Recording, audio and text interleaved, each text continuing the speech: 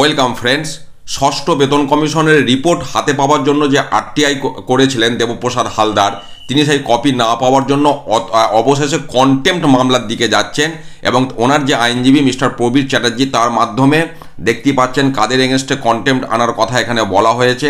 এবং যে বিষয়টা আমি সংক্ষেপে একটু আমাদের সামনে তুলে ধরছি, গত 11ই অক্টোবর 2023 মাননীয় হাইকোর্ট যে অর্ডার দিয়েছিল, সেই অর্ডারে যেটা বলা হয়েছিল যে 30শে নভেম্বরের মধ্যে এটাকে নিষ্পত্তি করার জন্য, এবং সেই মর্মে এখানে যেটা বলা হচ্ছে, ওয়েস্ট বেঙ্গল ইনফরমেশন কমিশন একটা হিয়ারিং করেছিল 8ই নভেম্বর 2023, যেখানে দেবপ্রসাদ হালদার ফিজিক্যালি উপস্থিত ছিলেন সেই হিয়ারিংয়ে। এবং সেখানে আপনার কমিশন, এই জায়গাটা দেখুন, কমিশন সেখানে এসপিআইওকে ডিরেকশন দিয়েছিল 2 সপ্তাহের মধ্যে এই কপি সাবমিট করার জন্য, কিন্তু সেই কপি কিন্তু এখনও দেবপ্রসাদ হালদার পাননি, সেটাই এখানে বলা হচ্ছে।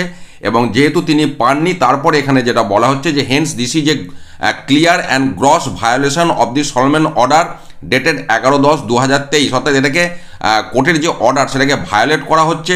এবং অবশেষে আরেকবার রিকোয়েস্ট করা হচ্ছে যে 6th পে কমিশনের যে রিপোর্ট, সেটা পার্ট 1 পার্ট 2 বা যতগুলি পার্ট আছে সমস্ত তুলে দেওয়ার জন্য, না হলে I shall bound to move against all of you under contempt of court act 1971। যদি এই কপি হাতে তুলে না দেওয়া হয় তাহলে কিন্তু কন্টেম্প্ট মামলার দিকে যাওয়া হবে, যে কারণে ফাইনাল এই চিঠি দেওয়া হয়েছে। সমস্তটাই আপনারা দেখতে পেলেন। এরপর এই সংক্রান্ত কি আপডেট সামনে আসে দেখা যাক। যেমন যেমন তথ্য পাবো আমি আপনাদের সাথে শেয়ার করব। ভালো থাকুন, সুস্থ থাকুন, ধন্যবাদ।